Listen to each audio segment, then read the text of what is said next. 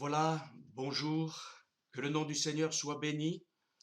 Nous expérimentons ce matin une première puisque nous avons notre prédication en direct et j'espère que tout va se passer pour le mieux du point de vue technique. Mais ce que nous désirons surtout, c'est que pendant ces quelques instants que nous allons passer ensemble sous le regard du Seigneur, même si nous sommes séparés les uns les autres, chacun dans nos maisons, eh bien nous puissions bénéficier de la grâce de Dieu, de l'assistance du Saint-Esprit et que nous puissions être renouvelés. Je crois que nous sommes dans des temps certes difficiles, mais nous voulons continuer à louer et à adorer le Seigneur parce qu'il en est digne. Il est digne de recevoir la louange, la gloire, l'honneur et la puissance. Voilà, nous sommes dans un temps particulier où nous pouvons nous tenir devant Dieu et où Dieu aussi nous voit dans nos difficultés, dans nos combats, dans nos luttes, dans nos interrogations. Et le désir de notre Dieu, c'est encore d'agir, avant tout dans nos cœurs, mais aussi au travers de nous, afin que le message de l'Évangile, qui est une puissance de Dieu pour le salut de quiconque croit, puisse continuer au-delà des confinements, au-delà des difficultés, au-delà de tout ce que nous pouvons connaître. D'abord, j'aimerais dire que nous allons continuer à prier pour nos frères et sœurs qui sont sur le terrain, qui sont dans des conditions difficiles, et non seulement eux, mais tous ceux qui ne connaissent pas le Seigneur, mais qui aussi donnent de leur temps, de leur force. Que Dieu les bénisse et que Dieu agisse pour notre pays de France et aussi pour le monde entier qui est touché par cette pandémie. Voilà, le sujet ce matin de notre méditation sera celle-ci: Votre Père céleste sait. Voilà, il y a beaucoup d'hommes et de femmes qui ont parlé, qui parleront encore, c'est tout à fait normal dans ces temps difficiles. Moi-même, ce matin, je suis en train de vous parler. Mais ce qui est le plus important, c'est de savoir aussi que notre Père céleste sait tout. Nous avons un Père qui est dans les cieux et qui est là pour pourvoir. Alors, j'aimerais ce matin prendre quelques textes des Écritures que vous connaissez certes déjà, mais qui, je le crois, vont nous faire du bien pour aller de l'avant. Ce Père céleste, d'abord, il est parfait. L'Écriture nous dit dans Matthieu chapitre 5, verset 48, Soyez parfaits, comme votre Père céleste est parfait. On pourrait traduire, Soyez complets, comme votre Père céleste est complet. Et nous savons que ce Père céleste, il fait lever le soleil sur les bons comme sur les méchants. Et il nous demande d'aimer, de proclamer sa grâce, proclamer sa bonté, sa fidélité. Il est celui qui agit. Ce Père céleste, c'est aussi le Père qui pardonne. Et bien évidemment, le Seigneur nous invite à pardonner. Si nous pouvons être pardonnés, si nous pouvons être pardonnés de nos péchés, c'est parce que le Père nous a donné son Fils. Nous connaissons tous très bien ce texte des Écritures, bien évidemment, qui est un résumé admirable de l'Évangile, et nous ne cessons avec joie de le citer, car Dieu a tellement aimé le monde qu'il a donné son Fils, afin que quiconque croit en lui ne périsse point, mais qu'il ait la vie éternelle. On peut périr par une maladie, mais il y a quelque chose de plus terrible, c'est de périr pour une éternité mal choisie, à savoir de ne pas accepter Jésus-Christ comme son sauveur et d'aller pour toujours loin du Seigneur, dans les temps de feu et de soufre qui n'est pas réservé aux êtres humains, mais qui est réservé au diable et à ses anges. Mais il y a aussi ce salut merveilleux qui nous est offert par Jésus-Christ et qui nous est proposé par Jésus-Christ afin que nous soyons sauvés. Alors ce Dieu-là, il veut pardonner. Et je crois que nous devons aussi réaliser que nous devons être des hommes, des femmes de pardon. Ce Père céleste aussi, c'est celui, bien évidemment, qui pourvoit. Il dira que les oiseaux du ciel ont leur nourriture. À combien plus forte raison ce Père céleste va pourvoir? Je crois que dans ces temps difficiles, difficiles du point de vue sanitaire, du point de vue économique, du point de vue moral, mental, psychologique, mais aussi spirituel, notre Père céleste va pourvoir. Il est là. Il nous dit, je ne te délaisserai point, je ne t'abandonnerai point. Alors, retenons cela. Nous avons un Père céleste, il est dans les cieux.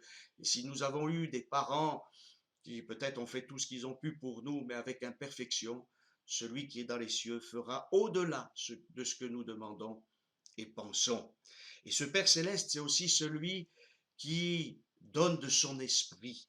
Voilà, Jésus dira, si donc méchant comme vous l'êtes, vous savez donner de bonnes choses à vos enfants, à combien plus forte raison le Père céleste donnera-t-il le Saint-Esprit à ceux qui le lui demandent.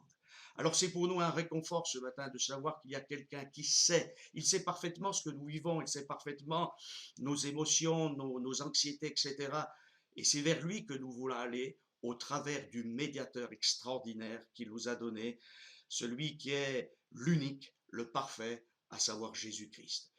Et ce Jésus qui nous a été donné, ce Sauveur, ce Rédempteur, ce souverain sacrificateur parfait qui nous comprend même dans nos faiblesses, c'est l'Épître aux Hébreux qui le dit, eh bien c'est aussi notre divin frère.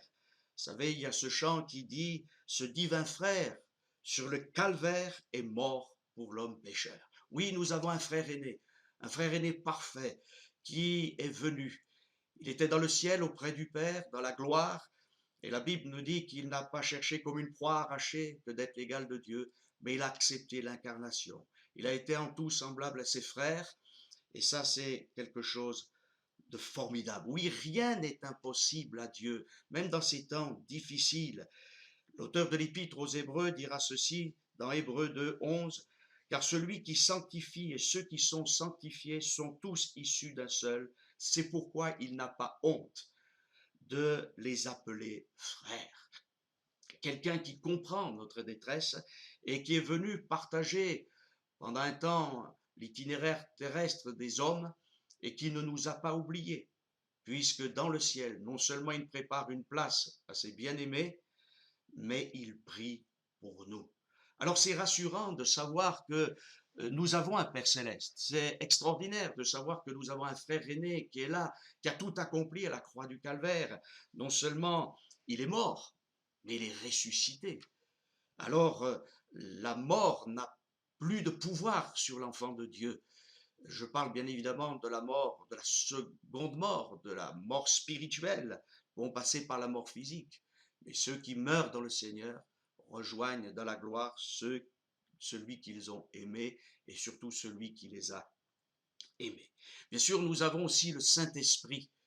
Et le Saint-Esprit nous a été donné. C'est la promesse du Père. Et comme je l'ai dit quelques instants avant, voilà, le Père veut nous donner de son esprit. C'est la promesse du Père. Nous savons que dans Acte 2, eh bien, il y a eu cette ce merveilleux accomplissement de cette promesse faite dans le livre du prophète Joël, « Je répandrai de mon esprit sur toute chair ». Et nous voulons encore demander au Seigneur qu'il nous remplisse de son esprit. Tant de choses ont peut-être rempli nos cœurs ces derniers temps, l'anxiété, le souci, peut-être le travail excessif pour ceux qui sont sur la brèche sanitaire, pour d'autres c'est la solitude, etc. Toutes ces choses qui remplissent notre cœur, mais nous voulons que le Saint-Esprit prenne toute la place. Saint-Esprit, c'est celui qui nous a convaincus de péché, de justice et de jugement.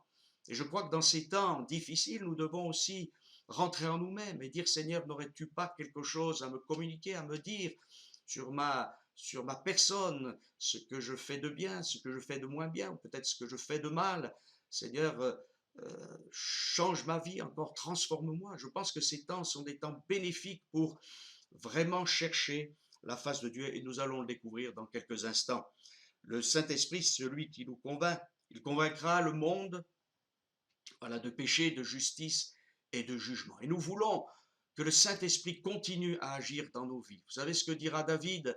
Ne me retire pas ton Esprit Saint. Il avait péché, il avait failli gravement, et son désir, c'était que le Seigneur, eh bien, crée en lui ce cœur bien disposé, cet esprit bien disposé, et aussi que le Saint-Esprit puisse continuer à l'assister, à l'aider. Bien sûr, le Saint-Esprit n'est pas un aide subalterne, c'est celui qui est notre aide suprême, c'est celui qui doit non seulement résider dans nos corps, puisque notre corps est le temple du Saint-Esprit, notre corps n'est pas destiné à toutes sortes d'actions ou de choses méprisables. Non, notre corps est le temple du Saint-Esprit Et le Saint-Esprit doit non pas simplement résider en nous, mais présider nos vies. Je pense que ça, c'est très, très important. Cet Esprit Saint va nous aider aussi dans nos prières. Nous voulons prier par le Saint-Esprit. Et j'ose faire une parenthèse, mais je ne crois pas que ce soit une parenthèse, quelque chose de très important. Vous qui êtes baptisés du Saint-Esprit, nous qui sommes baptisés du Saint-Esprit, parlons en langue, prions en langue. Lorsque nous ne savons plus quoi dire dans nos prières, savons que la prière de l'Esprit, c'est la prière agréée par Dieu. Bien sûr, nous devons aussi prier avec notre intelligence dans ces temps de jeûne et de prière que nous avons programmés avec l'Église, mais priez par le Saint-Esprit. Priez pour que Dieu agisse et se manifeste. Cet Esprit Saint, c'est celui aussi qui va nous conduire dans toute la vérité. Parfois, nous avons la prétention de tout connaître, de tout savoir. Et nous avons encore besoin, au travers des Saintes Écritures, bien évidemment, qui font autorité dans nos vies, de cette aide du Saint-Esprit qui, comme un pédagogue, un professeur, un précepteur, va nous aider à comprendre les Saintes Écritures et aussi à les vivre. Alors bien évidemment, notre Père Céleste sait. Il sait toutes choses. Et il savait que cette épidémie, cette pandémie arriverait. Il, il l'a permise. Il a un regard sur tous les êtres vivants. Il les connaît tous en particulier. Et je crois que dans ces temps difficiles, eh bien, nous devons encore tourner les regards vers celui qui est notre bouclier, comme il le dira à Abraham. Et Job dira dans son immense difficulté, il dira ceci, pour moi, j'aurai recours à Dieu. Il n'y a que Dieu qui est tout-puissant, qui connaît tout, qui sait tout, qui pourra toujours pourvoir. Jamais il ne nous abandonnera. Je me rappelle de ce que m'a transmis ma grand-mère qui est maintenant auprès du Seigneur. Vous savez, parfois les gens nous transmettent peu de choses, mais c'est l'essentiel. Elle m'a souvent répété, ce qui m'a le plus bouleversé dans ma vie, c'est la fidélité de Dieu. Dans les temps d'épreuve, dans les temps de difficultés, de deuil, de maladie, dans les temps où il y avait la guerre, la famine, où il y avait toutes ces choses, l'oppression, la fidélité de Dieu. Notre Dieu est fidèle. Et je crois que nous devons être des hommes et des femmes à l'écoute de Dieu. Parce que, bien évidemment, dans ces temps difficiles, nous désirons ardemment que notre Dieu entende nos prières, nos supplications. Et il est bon de supplier notre Dieu, de ne pas être simplement des gens qui ont quelques prières toutes faites, mais des hommes, des femmes qui vont intercéder. Intercéder pour leur pays, intercéder pour leur nation, intercéder pour les petits et les grands, pour ceux qui sont en bonne santé, pour ceux qui sont jeunes, pour ceux qui sont dans des situations de santé catastrophiques, pour les vieillards, pour tout le monde, parce que n'oublions pas que Dieu veut que tous les hommes soient sauvés. Mais pour cela, il faut être à l'écoute. Vous savez, il y a un tout jeune garçon qui a été à l'écoute de Dieu. Et ce garçon, il s'appelle Samuel. Vous connaissez son histoire. Et il va naître à un moment où Israël est dans le formalisme religieux et même où la décadence spirituelle est là. Lorsque sa maman, avant qu'il ne vienne au monde, sa maman, Anne, va désirer un enfant, elle n'a pas d'enfant, elle est malheureuse, elle désire un enfant, elle va se présenter devant Dieu et là elle va prier. Sa prière n'est même pas audible, on ne voit que ses lèvres qui bougent et le sacrificateur Élie qui est là, qui exerce dans le temple, eh bien va lui dire, écoute, tu va faire passer ton vin. Il pense qu'elle est ivre et pourtant elle n'est pas du tout ivre. Elle supplie le Seigneur de lui donner un enfant. Et nous savons ce qui va arriver. Elle va avoir cet enfant. Mais à la réflexion, ce qui est intéressant, c'est le comportement d'Élie, le sacrificateur. Parce que si Élie, le sacrificateur, est en train de juger, de mal juger au départ Anne, parce qu'il pense qu'elle est ivre et il lui dit de ne plus être là dans sa présence, eh bien, il n'a pas fait les mêmes réflexions à ses fils, qui eux sont cupides, qui eux sont des débauchés. Il ne les a pas exclus du sacerdoce. Ses deux fils auraient dû être exclus du sacerdoce. Et Dieu lui fera reproche plus tard au travers de ce jeune Samuel. Il lui dira, mais tu honores tes fils plus que moi-même. Élie n'était plus à l'écoute réellement de Dieu. Il était dans un service religieux formaliste. Il y avait les sacrifices, il y avait les prières. Mais quelles prières, quels sacrifices. Finalement, si nous n'écoutons plus Dieu, si nous ne nous référons plus jusqu'au détail à sa parole, si nous méprisons ce qu'il nous a dit, ou si nous rejetons ce qu'il nous a dit, alors nous ne sommes plus dans son plan et dans sa volonté.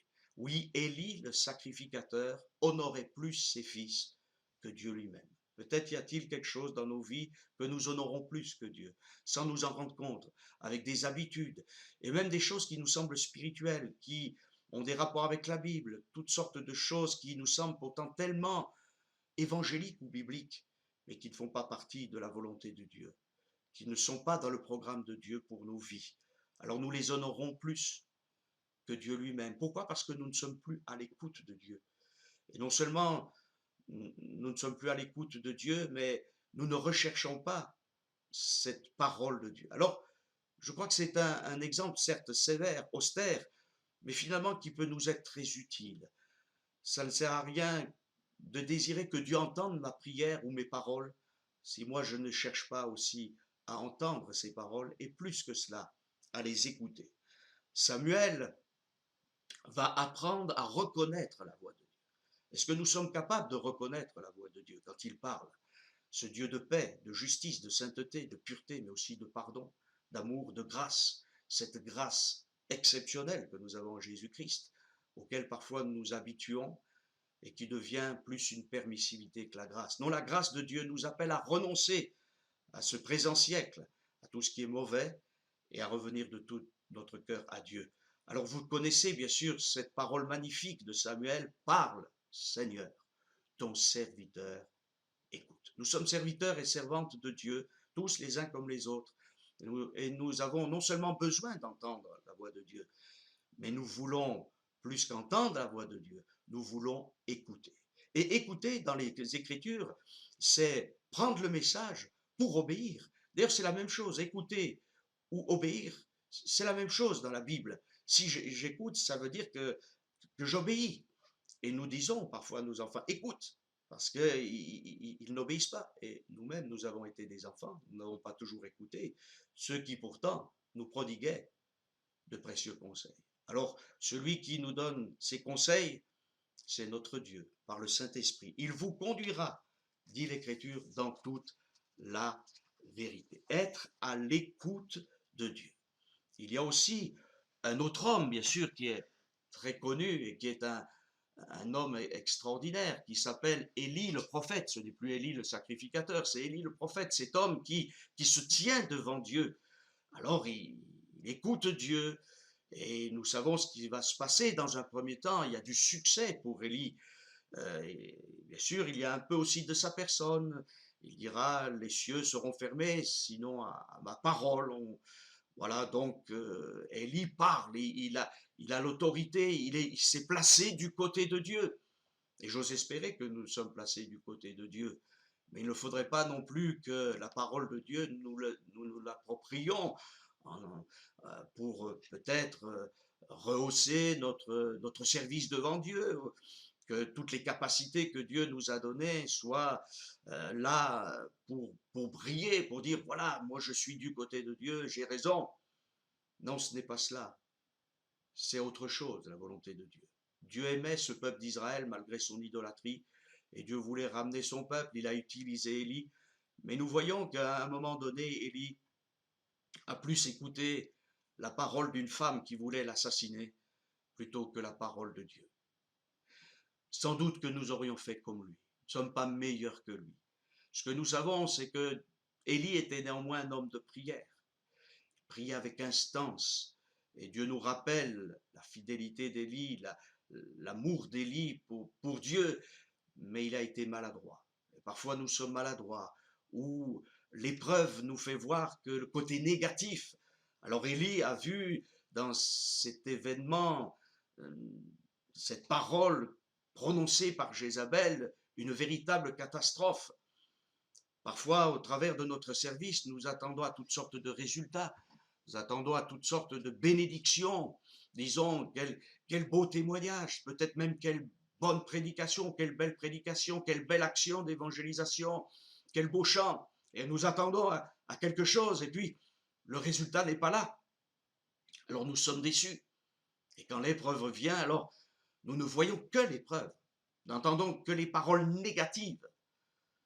Et c'est pour nous, je pense, une réflexion ce matin, de ne pas écouter que toutes les mauvaises nouvelles, mais aussi la bonne nouvelle de l'Évangile, à savoir que Christ est mort pour nos péchés, qu'il est ressuscité d'entre les morts et qu'il est vivant. Il est vivant pour l'éternité et il continue, malgré les temps difficiles, de bâtir son Église.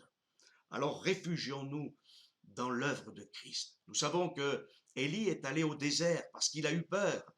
Et là, nous sommes, nous aussi, dans un temps peut-être de désert. Et la peur peut nous prendre. Mais ce qui est extraordinaire, c'est la bonté de Dieu qui sait. Son Père céleste sait. Et il l'accompagne. Et la preuve en est, c'est que c'est l'ange de l'Éternel, Jésus lui-même, avant son incarnation, qui va rencontrer Élie et qui va lui donner une nourriture extraordinaire. Mais cet homme est tellement habitué à finalement une certaine bénédiction de Dieu. Il a été nourri par les corbeaux au torrent de Kérit. Voilà qu'à nouveau, il a de la nourriture, c'est la providence divine. Alors, voilà, c'est presque normal, il ne réalise même pas de quel visiteur il s'agit. Il est là dans l'habitude d'un Dieu qui donne, d'un Dieu qui pourvoit. Nous nous sommes certainement habitués à un Dieu qui pourvoit. Alors ce matin, rendons grâce à ce Dieu qui pourvoit. Et ne prenons pas simplement la nourriture pour continuer la course, mais que nous puissions le rencontrer lui. Parce que parfois nous avons une relation avec la Bible qui est uniquement de prendre la nourriture. Oui, il faut nous nourrir de la parole écrite, mais plus que cela, il faut nous nourrir de l'agneau de Dieu qui ôte le péché du monde. Jésus dira, si vous ne mangez ma chair et si vous ne buvez mon sang, vous n'avez pas la vie en vous-même. Et nous avons besoin de cette vie de Christ. Ce qui a sauvé les Israélites avant la sortie d'Égypte, c'est qu'ils ont mangé l'agneau. Il y a eu le sang répandu. Et si toutes les plaies précédentes n'ont pas réussi à faire fléchir Pharaon, la dernière plaie l'a fait fléchir. Il a été obligé de laisser partir les enfants d'Israël. Alors, il nous faut être en contact avec ce Dieu fidèle. Il était là avec l'ange de l'Éternel, il ne lui adresse pas la parole, il ne discute pas, il prend la nourriture. Combien de fois avons-nous pris la nourriture? Et nous avons tous dit cette expression, nous l'avons tous fait. Oh, comme nous nous sommes fait du bien. Et Dieu était heureux que nous fassions du bien, bien évidemment. Mais est-ce que nous sommes simplement là pour nous faire du bien ou pour dire du bien de notre Dieu, pour le remercier, pour le louer? Et même dans ces temps, nous allons le bénir, nous allons l'adorer, nous allons le louer parce qu'il est digne encore de louange. Et surtout, s'il écoute nos paroles, que nous puissions écouter les siennes afin de les mettre en pratique et de vivre quelque chose de plus grand. Parce que je ne crois pas que les choses arrivent au hasard. Mais notre Dieu veut que nous vivions quelque chose de plus grand, de plus profond, de plus intime avec lui. Encourageons-nous les uns les autres à chercher la face de Dieu, à écouter Dieu, à faire silence devant lui. Et j'en viens justement à ce texte où Élie va continuer jusqu'au mont Horeb, et là il va rentrer dans la caverne, et nous savons qu'il va y avoir toutes sortes de manifestations, le feu, le vent, le tremblement de terre. Et puis, ce n'était pas Dieu, ce n'était pas encore le Seigneur lui-même. Et puis il va y avoir, voilà, il y a une traduction, un murmure doux et léger. Voilà, c'est un moment où il n'y a presque plus de bruit, quelque chose de menu, de très faible. Certains ont dit un temps de silence, mais comment décrire la présence de Dieu? Tellement difficile. Il y a un mot qui est utilisé là en hébreu qui parle de quelque chose qui est tout petit, qui a donné en hébreu moderne le mot minute, c'est-à-dire quelque chose de court. Finalement, est-ce que ce ne serait pas le Seigneur qui a inventé la minute de silence? Mais est-ce qu'on ne pourrait pas faire un peu plus qu'une minute de silence devant notre Dieu pour l'écouter. Parce après qu'il ait écouté nos supplications, il nous répond. Chose intéressante avec Élie, c'est que Élie va dire finalement sa tristesse. Il dira, voilà, tes enfants ont abandonné tes autels, ils ont été des idolâtres, et je suis resté moi seul. Il plaide, il se fait son propre avocat. Et nous remarquons que Dieu ne répond même pas à ses arguments, mais il va lui dire tout un programme. Il y a un programme, il y a un programme, il y a un programme encore pour toi, Élie. Et il va lui dire ceci. Et l'Éternel lui dit, va, retourne par ton chemin vers le désert de Damas. Et quand tu seras arrivé, tu oindras Azaël pour qu'il soit roi sur la Syrie. Et Jéhu, fils de Nimshi, tu l'oindras pour qu'il soit roi sur Israël. Et tu oindras Élisée, fils de Shaphat, d'Albel Méola, pour qu'il soit prophète à ta place. Il arriva que celui qui échappera à l'épée d'Azaël, Jéhu le fera mourir, celui qui échappera à l'épée de Jéhu, Élisée le fera mourir, mais je me suis réservé en Israël 7000 hommes, tous les genoux qui n'ont pas fléchi devant Balal et toutes les bouches qui ne l'ont pas embrassé. Voilà donc ce que dira l'Éternel dans ce temps, dans cette minute de silence, si je peux m'exprimer. C'est court, il ne lui dit pas grand-chose. Je ne sais même pas s'il faut une minute pour dire tout ce texte, je n'ai pas vérifié. Vous vérifierez à la maison. Voilà. Et puis, la Bible nous dit, et il s'en alla de là. À savoir qu'Élie est parti de ce mont Horeb et puis il s'est en allé. Je crois qu'il y a toujours pour nous une poursuite du chemin. Cette épreuve qui est là pour notre nation, pour le monde entier, ne va pas nous arrêter spirituellement. Mais elle doit engendrer chez nous, au contraire, une stimulation supplémentaire. Dire Seigneur, toi qui tiens tout, les temps, les circonstances, toi qui nous donnes la vie, la respiration et l'être, tu n'es jamais pris au dépourvu. Dieu n'a pas de plan B ou de plan C, il a un plan, point final. Et il a commencé ce plan et il l'achèvera. Que son nom soit béni. Alors, bien évidemment, nous voulons écouter comme Samuel et peut-être tirer le son de ce prophète Élie, homme remarquable des Saintes Écritures. Si son exemple nous a été donné, c'est pour que nous puissions être édifiés et écouter Dieu dans l'intimité, dans le silence. Écouter le conseil de Dieu. Dieu nous arrête. Il arrêtait un jour un certain Saul de Tarse et il lui a dit, je suis Jésus que tu persécutes. Et nous savons que Saul de Tarse a été désarçonné, il est tombé à terre et il a été conduit comme un petit enfant par la main jusque dans cette ville de Damas. Et là, il semble que Dieu ne lui parle plus. Mais en fait, Dieu va lui parler. Parce que Dieu parle à tous ses serviteurs et à ses servantes. À toutes ses servantes, pardon. Et là, il va lui parler par quelqu'un qui lui aussi, c'est intéressant, sait écouter Dieu. C'est Ananias. Puissions-nous être des Ananias, puissions-nous être de ces hommes de Dieu. La Bible nous dit que cet homme, qui était un disciple de Jésus, eh bien c'était aussi un homme pieux selon la loi, de qui tout le monde rendait un bon témoignage. Alors, cet homme va entendre la voix de Dieu, qui va lui dire, tu vas aller à tel endroit, dans cette rue appelée à la droite, et tu vas imposer les mains à un certain Saul de Tarse. Et là, il y a un dialogue qui s'établit entre cet homme de Dieu, Ananias, et son Dieu, son Sauveur, le Seigneur Jésus. Et il va dire, mais tu connais cet homme? Oui, il sait, il connaît cet homme. Votre Père Céleste sait, notre Seigneur Jésus sait, le Saint-Esprit sait, et il sait ce qu'il fait. Oui, Saul de Tarse était venu comme un ennemi des disciples de Jésus. Mais il va devenir l'un des plus grands artisans de la proclamation du message de l'Évangile. Alors Dieu sait, et l'adversaire fait toujours une œuvre qui le trompe, toujours.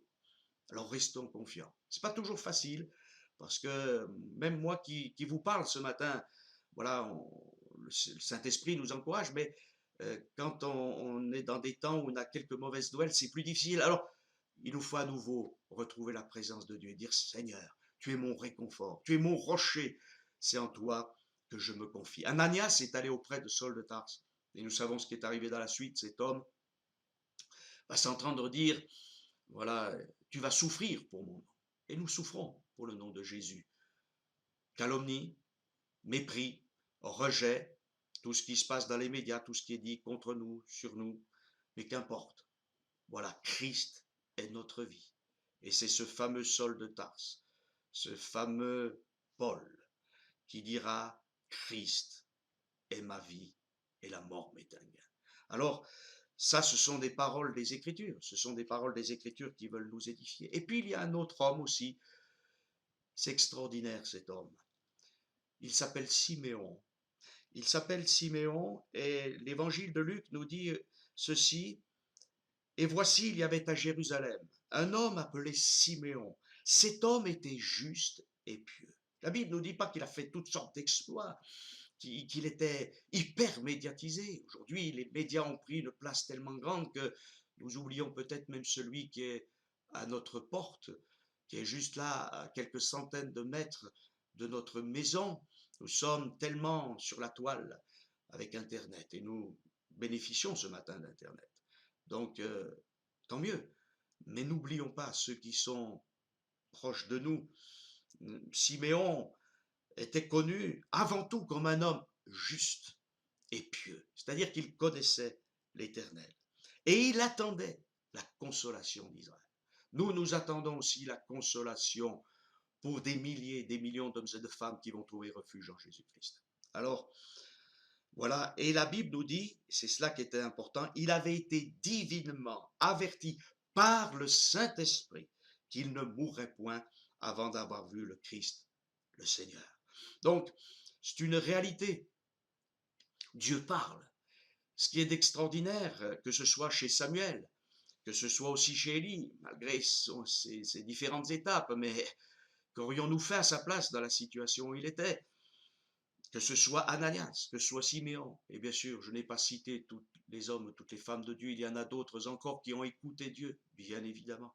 J'ai pris ces quelques exemples qui m'ont semblé révélateurs de ce que Dieu peut faire. Oui, il avait été divinement averti par le Saint-Esprit qu'il ne mourrait point avant d'avoir vu le Christ, le Seigneur. Nous ne savons pas quand le Seigneur viendra. Il nous a dit, par contre, que nous ne savons ni le jour ni l'heure, mais il revient bientôt. Et son Église doit se préparer, et même si elle est prête, elle doit encore se préparer. Et elle doit continuer dans le temps qui lui est imparti d'annoncer l'Évangile, de prêcher, de témoigner, de donner des Bibles, d'exhorter, de consoler, de faire tout ce qui est en son pouvoir pour que le nom de Jésus soit glorifié, que l'Évangile parcourt encore toute la terre, et surtout prier. Rien ne se fera sans l'intercession, sans la prière. Que Dieu transforme notre vie de prière, notre vie de piété. Siméon, Siméon signifie celui qui écoute. Samuel aussi, Dieu écoute. Alors écoutons. Notre Père céleste sait, c'est par ces mots que je termine. Il sait ce qu'il fait, premièrement. Voilà, rien ne lui échappe. Il sait ce qu'il permet. Voilà, il permet certaines choses. Et il est au contrôle, toujours. Ne l'oublions pas. Il sait aussi ce qu'il adviendra dans le futur.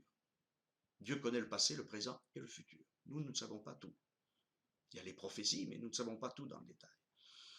Et puis non seulement il sait tout, mais il peut tout. Amen. N'oublions pas qu'au moment où Jésus va être conçu dans le sein de la Vierge Marie, l'ange dira, car rien n'est impossible à Dieu. Alors c'est là aussi qu'il faut que nous nous attachions à la parole de Dieu. Rien n'est impossible. Que fera Dieu dans les jours qui vont se succéder maintenant, dans les semaines, dans les mois, peut-être même dans les années avant son grand et glorieux retour, nous ne savons pas. Mais il sait, il connaît tout, c'est le maître du monde, c'est le maître de l'univers, mais qu'il soit surtout le maître de ma vie, le maître de nos vies, le maître de l'Église, et qu'il puisse non seulement résider en nous, mais présider en nous, qu'il puisse non seulement être au milieu de nous, et aussi qu'il puisse régner au milieu de nous. Je terminerai quand même par une parole qui me semble très importante. C'est celle-ci, c'est dans 1 Corinthiens chapitre 10 et verset 13, parce que nous avons besoin aussi du soutien de Dieu. Paul dira, aucune tentation ou épreuve, aucune épreuve ne vous est survenue qui n'ait été humaine. Et Dieu, qui est fidèle, ne permettra pas que vous soyez tentés au-delà de vos forces, mais avec l'épreuve, il préparera aussi le moyen d'en sortir, afin que vous puissiez la supporter. Donc Dieu a aussi préparé le moyen d'en sortir. Je ne sais pas quelle sera l'issue, c'est Dieu qui décide pour chacune de nos vies. Certains de nos bien-aimés sont déjà partis dans la patrie céleste et c'est quelque chose de très triste. Nous prions pour ceux qui sont dans le deuil, mais l'Écriture nous dit qu'il prépare le moyen d'en sortir afin que nous puissions supporter. Alors, supportons, mais aussi bénissons le Seigneur. En tout temps, je le bénirai et nous voulons adorer Dieu, nous prosterner devant lui. Il nous aime, à celui qui nous aime et qui a fait de nous des prêtres pour Dieu son Père. Ce Jésus qui nous aime, qui nous a aimés, qui est notre intermédiaire unique, mais tellement fidèle et béni, nous voulons l'adorer, nous voulons bénir notre Dieu de tout notre cœur. Et je terminerai par ce dernier passage des Saintes Écritures que j'affectionne particulièrement parce qu'il est pour nous extraordinaire. Que la grâce du Seigneur Jésus soit avec tous. Apocalypse 21, 22. Que le Seigneur vous bénisse, mes frères et sœurs, amis aussi qui nous avaient écoutés. Et avant vraiment de terminer ces moments, j'aimerais faire un appel et dire à tous ceux, peut-être qui se sont éloignés de Dieu, qui sont des croyants et qui ont été affectés par quelques problèmes, revenez de tout votre cœur auprès de votre Père Céleste, en Jésus-Christ et par le Saint-Esprit. Vous qui avez toujours essayé d'avoir une vie de piété normale, allez plus loin, allons plus loin dans cette vie de piété. Dieu va nous faire découvrir des ressources extraordinaires. Et puis vous qui ne connaissez pas le Seigneur, qui êtes peut-être dans l'angoisse, dans la solitude et qui m'écoutez, au-delà de m'écouter, écoutez le Seigneur. Si vous avez une Bible, lisez la Bible. Même sur Internet, vous pouvez trouver la Bible. Alors, lisez la Bible, lisez les évangiles, le livre des Actes des Apôtres, et tournez-vous vers Dieu. Demandez pardon pour vos péchés, demandez au Seigneur qui transforme votre vie, et il le fera. Alors je redis ce texte de l'Apocalypse, que la grâce du Seigneur Jésus soit avec tous. Voilà, à très bientôt sur notre chaîne YouTube, sur notre voilà, sur YouTube, je vais y arriver. Que Dieu nous bénisse. Voilà, nous avons fait ce que nous avons pu du point de vue technique. Nous remercions tous ceux qui nous ont aidés et surtout, nous voulons bénir le Seigneur. Seigneur, que ton nom soit béni pour toujours et nous voulons être tes serviteurs et tes servantes. Amen. À très bientôt à tous et à chacun. Que le Seigneur vous bénisse.